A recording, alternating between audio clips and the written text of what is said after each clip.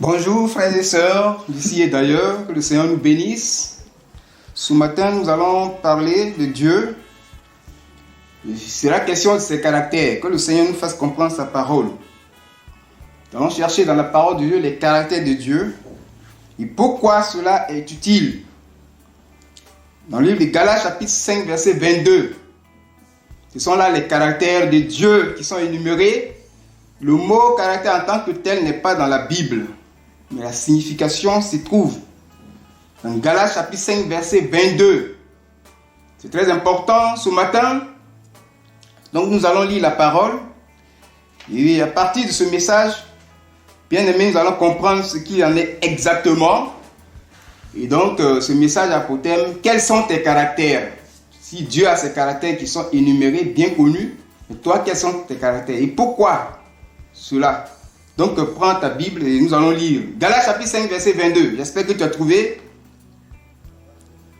Mais le fruit de l'esprit, c'est l'amour, la joie, la paix, la patience, la bonté, la bénignité, la fidélité, la douceur, la tempérance. Alors nous allons recommencer parce que c'est très important. On va reprendre pour mieux préciser. Galates chapitre 5, verset 22. Mais le fruit de l'esprit, c'est l'amour, la joie, la paix, la patience, la bonté, la bénignité. Il faut attendre par là la bienveillance. La fidélité, c'est la foi, la douceur, la tempérance, c'est la maîtrise de soi. Gloire soit rendue à Jésus. Et voici donc les caractères de Dieu qui ont été cités. Et ces caractères sont au nombre de 9. Est-ce que nous les connaissions? Est-ce que nous pouvons, oui, bien aimé, donner ces caractères-là en ordre, comme cela est dans la Bible? Alors, pourquoi les caractères de Dieu? Et quels sont, toi, tes caractères? Si les caractères de Dieu sont connus. Bien aimé, oui, pour aller plus loin, nous allons définir les caractères. Les caractères. Qu'est-ce que c'est que les caractères? Oui, mais les caractères, ce sont les manières visibles et invisible d'agir et de réagir habituellement dans une situation donnée. Nous avons des situations qui nous arrivent.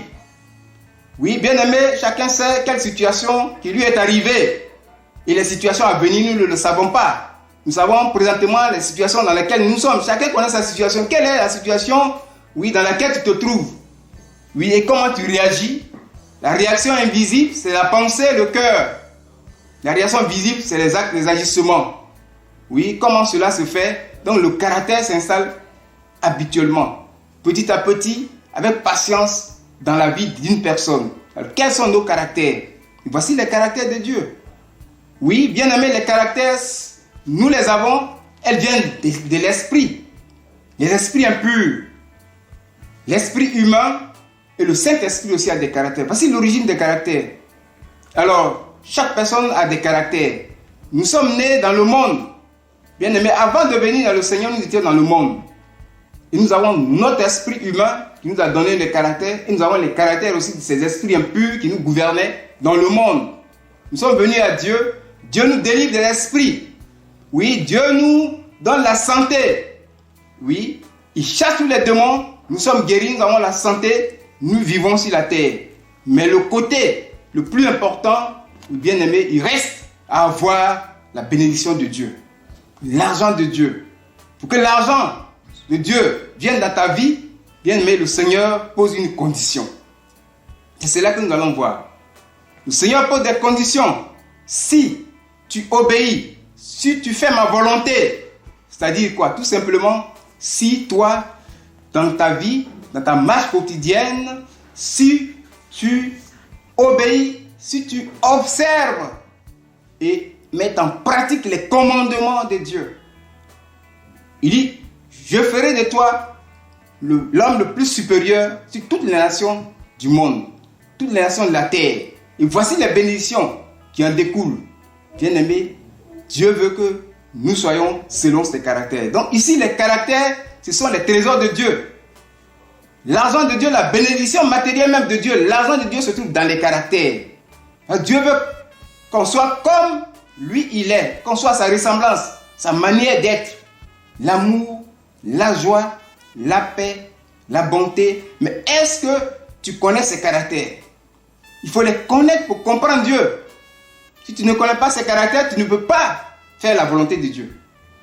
Alors qu'il dit qu'il bénit celui qui fait sa volonté. Nous n'avons pas les moyens financiers. C'est difficile dans les églises. La pauvreté y est. Alors que Dieu nous a délivrés. On fait des témoignages. Dieu nous donne la santé chaque jour. Mais pour l'argent, c'est difficile. Dieu veut que tu sois à sa ressemblance. Il veut que tu marches comme lui l'est, exactement. Mais pour faire la volonté de Dieu, ce sont les caractères de Dieu. Il faut les manières d'agir. Quelles sont tes manières d'agir? Quelle sont ta manière de réagir? Comment est-ce que tu te comportes dans la maison de Dieu? Est-ce que tu marches réellement selon les caractères de Christ? C'est ce qu'il nous demande. C'est normal. Oui, dans la vie, même réellement, un homme et ses enfants, il a de grandes richesses. Mais il cherche dans le comportement des enfants celui-là qui ressemble à ce comportement, qui peut sécuriser ses biens. C'est ce que Dieu nous demande. Donc les caractères de Dieu, il faut les pratiquer. C'est quoi on appelle les brebis de Dieu. Nous sommes les enfants de Dieu. Un enfant doit obéir à ses parents. Mais s'il ne connaît pas le caractère de son parent, s'il n'étudie pas ce caractère, s'il ne prend pas la peine même de connaître ce que sont les caractères de son père, mais ça ne peut pas marcher, il ne peut pas le comprendre. Donc c'est pourquoi il est bien important de connaître d'abord. La connaissance nous amène à la compréhension. Pour les connaître, il faut les réciter, tel que ça est dans la Bible. Il faut les étudier. C'est au fil du temps, habituellement, que les caractères peuvent s'installer. Et si tu ne comprends pas, tu ne connais pas, tu ne peux pas comprendre. Tu ne peux pas comprendre Dieu. Et si tu ne comprends pas Dieu, tu ne peux pas marcher selon la volonté de Dieu. Et donc, pour l'argent, ça va toujours tarder. Voilà le problème numéro 1 d'un enfant de Dieu dans la maison de Dieu. Nous devons être bien-aimés à l'image de Dieu, à la ressemblance de Dieu, en faisant sa volonté. C'est ce qu'il a dit dans le Deutéronome 28, après le verset 1. Voilà ce qu'il nous dit. Bien-aimés, il faut qu'on soit donc transformés. C'est en marchant selon les caractères de Dieu, en agissant, oui, quotidiennement. C'est la vie chrétienne.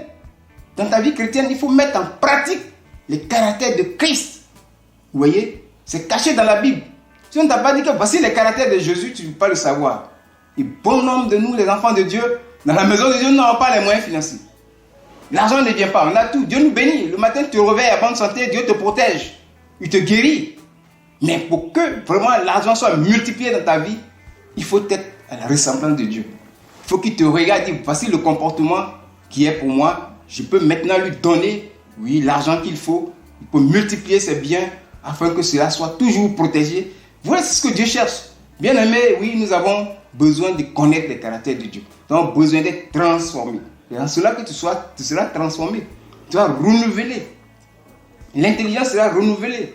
Comme nous dit la parole de Dieu. Romains 12, verset 2 le dit. Il faut qu'on soit transformé par le renouvellement de notre intelligence. Ne pas se conformer au siècle présent. Pas se conformer au monde. Le monde a les caractères du diable.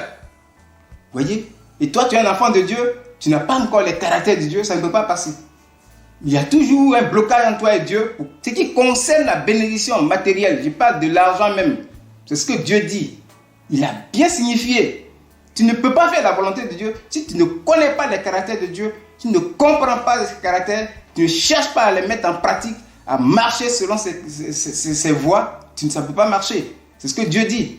Il dit, mettez ma parole en pratique. Mes commandements, il faut les mettre en pratique. Il faut obéir à Dieu. Obéir à Dieu, c'est cela. Obéir à Dieu, obéir à la voix de l'Éternel, oui, c'est en observant et en mettant en pratique ses commandements.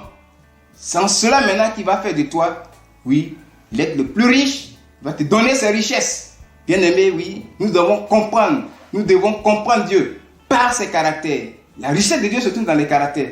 Le trésor de Dieu se trouve dans ses caractères. Mais il faut les connaître.